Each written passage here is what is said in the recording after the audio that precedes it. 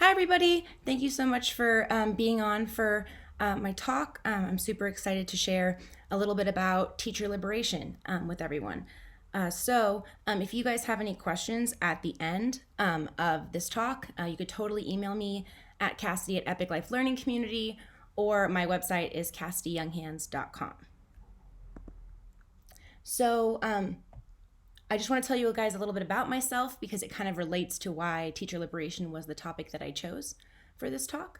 Since I was younger, I always wanted to be a teacher. I would play Barbies and be like, "You're going to learn. Here's the lesson." Always loved working with kids and serving them. And so I became a public school teacher. Knew since I was really young that I wanted to do that.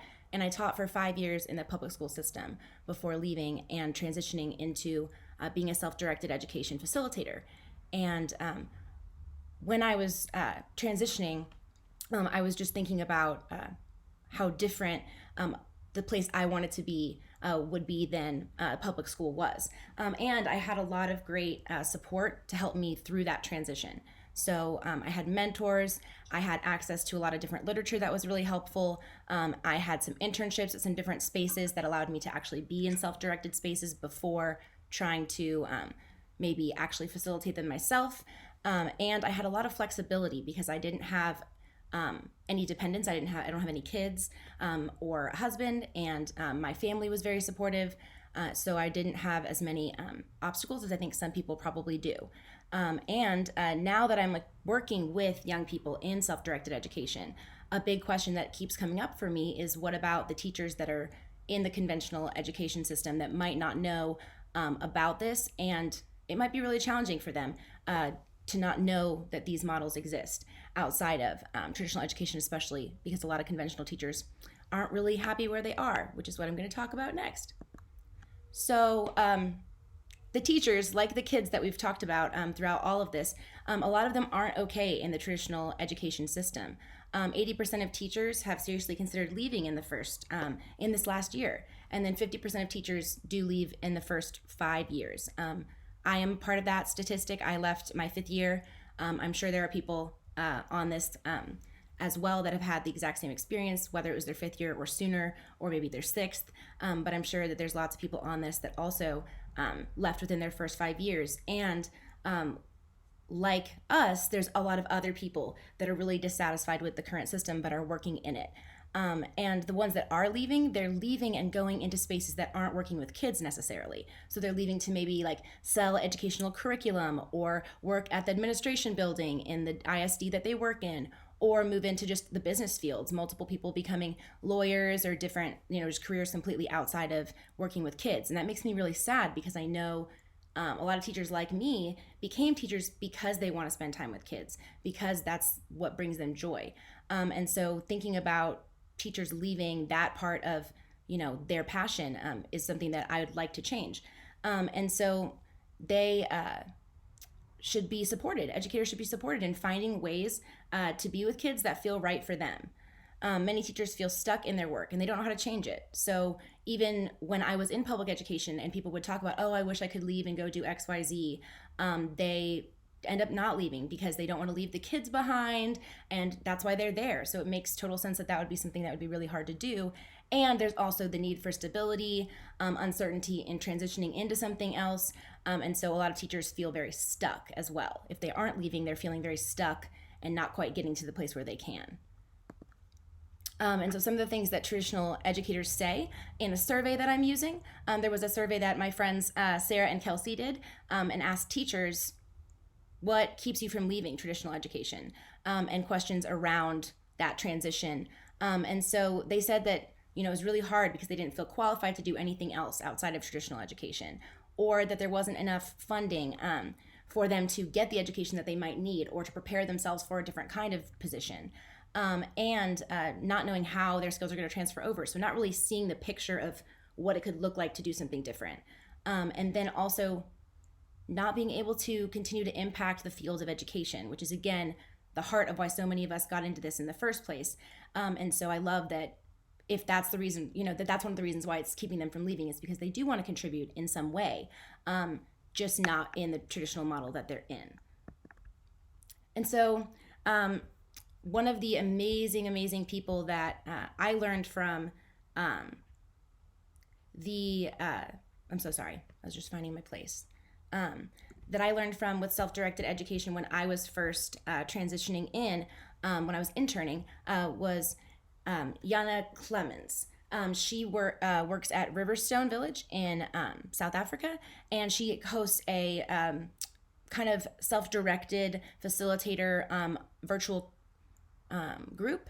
And she's writing a book called Helping the Butterfly Hatch. And this is a quote from her curriculum that I felt really stood out to me. And it really basically harps on the fact that self-directed education is growing, right? Peter Gray said 50 years until the shift's going to happen. She was thinking 30 years or even sooner.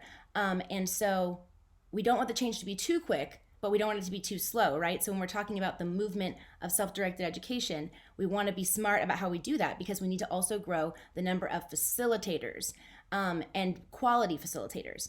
And so we don't really have time for everybody to slowly move into deciding, oh, maybe I want to open a space, maybe I want to be in self-directed education. We really need to accelerate the way that we build facilitators and offer more opportunity for people to become facilitators in a way that's more accessible than maybe the way that I did it, or maybe some other people have done it in the past. So what I see in this quote is that we need more people who love spending time with kids to move into self-directed education, and we need more tools and avenues in order to help them do that. So my claim is that self-directed education and conventional teachers, they're actually a great mutually beneficial relationship, because even though a lot of us that are now in self-directed education can be really wary of bringing in public school teachers or former public school teachers into self-directed, because it is such a mental shift, I think it's really valuable for both parties. It's valuable for the self-directed education space because there's a lot of things that good teachers bring. If you're a teacher that cares about kids, self-directed education is great because you can spend a lot of time with kids. And if you're looking at teachers, a lot of the reasons that they don't want to be in traditional education is actually resolved in self-directed education. And I know that it can kind of be challenging to partner these two, and it can be a little scary, but there are many skills and traits that traditional teachers really could bring in that would serve self-directed education. And because a lot of them are dissatisfied, it really is a mutually beneficial relationship if we can get on the same page and help them transition easier. So why SDE needs conventional educators? Some great reasons. So good teachers, like a lot of us on here, that were getting into it for the right reasons, because we love kids and we love instilling the love of learning, and we love learning. These are the kind of teachers I'm talking about when I'm saying good teachers. So good teachers love to learn and love kids. Good teachers are great at finding useful resources for learning and for living. So we're constantly curating, right? When we were in public school teaching, and now usually in self-directed, we're finding all sorts of resources to share. We're intentional planners and strategic planners. So we're thinking ahead. Good teachers are self-directed themselves. So usually when you become a teacher, if you didn't fully understand a concept as a student, you have to go back and teach it to yourself. And oftentimes teachers really like learning, and so they're very self-directed naturally, good teachers. Also, they're hard workers. You have to be a hard worker if you're a good teacher. If you really love your kids and you're committed in traditional education, you're working your butt off. You're working outside of your normal hours and other stuff like that, volunteering a lot. And there's a service mindset that comes with becoming an educator, right? You become an educator not because of the big bucks, but because you want to be with the kids and you want to serve and help them as they become big adult people. And so those are all great reasons why conventional teachers that are really in their hearts love being around kids and love learning could serve SDE. And how SDE could serve teachers, good teachers. They're not happy with the system, but they deeply care for kids. So this is a great alternative that allows them to deeply care for kids in a system that's not the same as the one that they're currently stuck in or feel stuck in. Good teachers know that kids learn better when it's something they're interested in. I can never tell you how many times teachers have said, oh, well, I picked this, text for Johnny because I know he likes sharks, and I know he doesn't really like to read, but maybe he'll like to read because I know he likes sharks. So there's that just underlying understanding that already exists that we can build on to help them understand self-directed education, and it also is a buy-in point. Good teachers want kids to love learning. That's all they really want, is teachers really just want kids to have that lifelong learning mindset. And consent-based education allows for that without the coercive elements of traditional education. So you're able to say, like, here is what I love to learn. Do you want to learn with me? And if they can consent to saying yes, and that means so much more than trying to coerce them and trying to manipulate them into, come on, just like do this thing. Teachers really don't love doing that, especially the good ones that just want kids to, have consent and choice. And then good teachers thrive off of learning new things and developing themselves as people. So that's actually a really great trait in self-directed education. If you're an adult and you're in that space, you need to be okay with constantly doing work and growing and maturing and looking inward and reflecting. So those are kind of the mutual beneficial elements of both sides.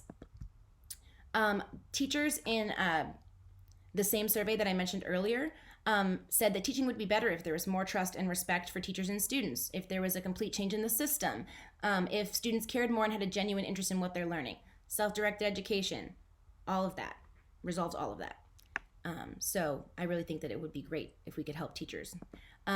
So how do we do that? How do we support them as people that are already in the self-directed education movement to make that transition from public education or from conventional education to self-directed education? And those of us that are on this, that are in alternatives that aren't quite self-directed, it's the same question. How can we support people making that transition? Is kind of the point of this talk. And so one teacher on that same survey said that what would support them is access to resources and networks. So a lot of these things kind of exist, but I want to go deeper.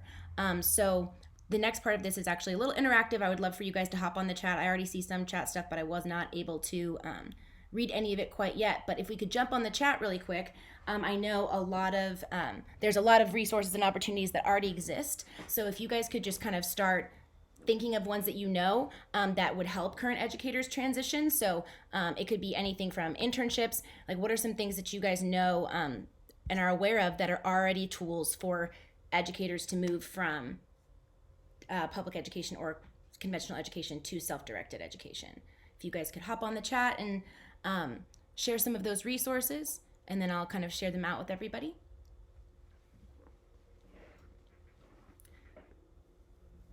Teacher liberation resources. So I see Allison said interning at a Liberated Learners Center. So the Liberated Learners model, North Star was the first learning community of the Liberated Learners model. They have internships, they have apprenticeship opportunities. That is one of the ways that I was able to transition. So I interned with them for about 3 months and it was amazing. Reading the Teacher Liberation Handbook, it's a great resource. The Alliance for Self-Directed Education has tons of resources. They have a resource directory. So like maybe if educators are looking for somewhere to visit in their area, right? They could put in, Dallas, Texas, and it would come up with all of the self-directed spaces in the area. The Agile Facilitator trainings are really comprehensive and cover a lot about moving into self-directed education and kind of the mind shift. You could also do week-long visits to different centers. I'm looking at some other ones. Yeah, staff at Not Back to School Camp. I've applied for multiple years. Someone accept me one day. But yeah, please, that's definitely a great choice. Brooklyn Free School has a Teacher Institute. Participate in AERO and ASDE, exactly, yes. Use the networks, those two networks that exist. They're amazing. The ASDE Forum, yes. The ASDE Forum is how I found out about the Helping the Butterfly Hatch curriculum.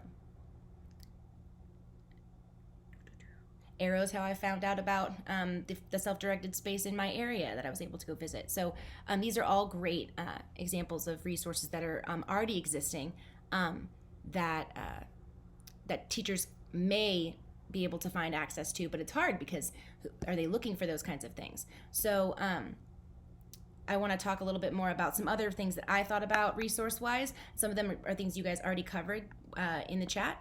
And then there's some other things too. So self-directed education spaces. So I do feel like, because for me, as someone who's transitioned from being a traditional educator to working in a self-directed space, one of the biggest things we can do is open our space to people to come visit. And I know that can be really challenging, and I know that can be work on top of what you're already doing with kids, and I know that people don't want to take away time from the kids, but it's also an investment in the movement really getting momentum and moving forward, because if we don't have more facilitators, we don't have more facilities. And if we have a facility but we can't find facilitators to hire, or they're not quality facilitators, then that can become a problem. So self-directed education spaces, my big suggestions to you guys, including the one that I'm a part of, is offering internships and apprenticeships. They could be longer or shorter. I think shorter ones are great for people that can't afford to like just drop what they're doing for a year and go intern somewhere. So also offering verbiage that says, hey, if you can't do a year, we'll find a shorter opportunity for you. Also offering immersive experiences. So looking at what days of the school year the public school teachers are off of school and saying, okay, we're gonna offer an open campus, visit. You guys, anybody that wants to come that's a public school teacher, we're gonna have one person designated to give them tours, and so that they can actually see the space. That's a really great immersive way to learn, because I think sometimes if you're just reading books all the time, it's hard to conceptualize it in real life, and it's a faster way to learn and actually conceptualize it. Also, SDE leaders. So Bria Bloom and the Alliance for Self-Directed Education has local self-directed education meetups that they actually have virtual meetings, I think once a month, where Bria talks to anybody that's interested in creating a local self-directed education group to meet up and talk about all things self-directed. So you could start a group. If you already have a group, you could make sure that the public school teachers or the conventional teachers in your area know it exists. Also, I'm really excited about doing this, offering talks for university students, so kids that are in school going to be teachers or going into child development or child psychology, pushing into those actual classrooms and saying, hey, these are things that exist, and check them out. And even if they don't check them out right then, just planting that seed that there are alternatives, because I know I did not get exposed to that at all in university for teaching. Creating media about SDE. So we are doing a really great job at that, and we need to continue doing it, right? People have mentioned podcasts like Akila Richards, Blake Bowles. People have mentioned, I think, Education and Transformation, and if they haven't, that's also an amazing organization that's creating video content. All of the Beyond Education, right? All of the documentaries that are coming out. All of that's wonderful media that's helpful for educators to learn more.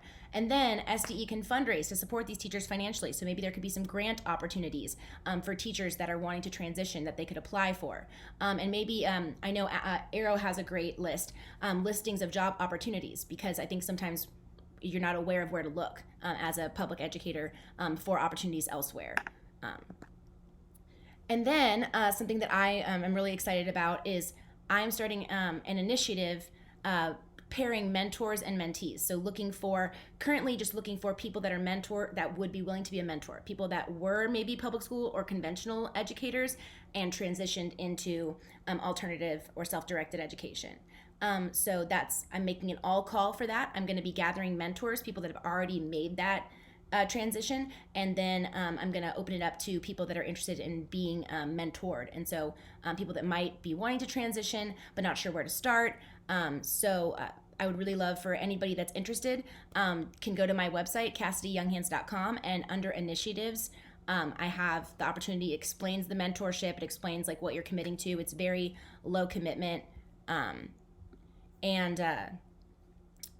then from there I'll start opening it up for mentees to actually pair together with a mentor, and that way they can pick up the phone and call you if they're like, oh my gosh, I just quit my job and I'm gonna be applying for internships for self-directed education. I can't believe I just did that. Or, oh, I don't know if I want to leave the kids. Or, okay, how do I get this internship? How do I save this money? What was your strategy? What resources do you know about? So having that mentor throughout, from the very beginning to the very end of the process, I think is key in making that transition smooth and more accessible to more people.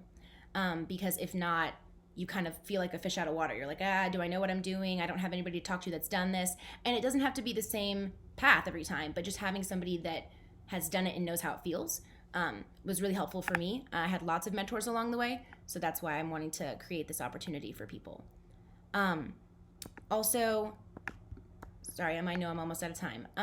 I have a resource. It's just a document. It's just a Google Doc, and it's just me listing a bunch of things that I thought of when I was thinking about the transition for educators. So like part-time jobs that they could do, different ways that they could still be kind of in the self-directed space if there isn't a full-time facilitator job available for them, or if they need to make money on the side while they're doing internships or as they're making that transition. So I mentioned things like Tinker Garden, which is an awesome way to provide park experiences for younger kids, and you can make money off of doing that. Different things like offering a class on OutSchool. So this resource has a list of those things if you want to look at that. And then I just want to thank everybody that has helped me along the way and has helped with some of the resources, including Jerry and Peter at Aero, Launchpad people, helping the Butterfly Hatch, Joel Hammond for writing the Teacher Liberation Handbook, Blake Bowles for being one of my big mentors, and letting me share my story on his podcast, which everybody should listen to on here if you haven't. And I really appreciate all of your time, and it was so great to share this presentation with you guys. If you have questions, I love talking about this stuff. Please email me anytime. I would love to talk about it. I'd love to share this presentation or anything else that you guys have. And please sign up to be a mentor if you have that experience and feel like you would be a great person to do that. Thank you.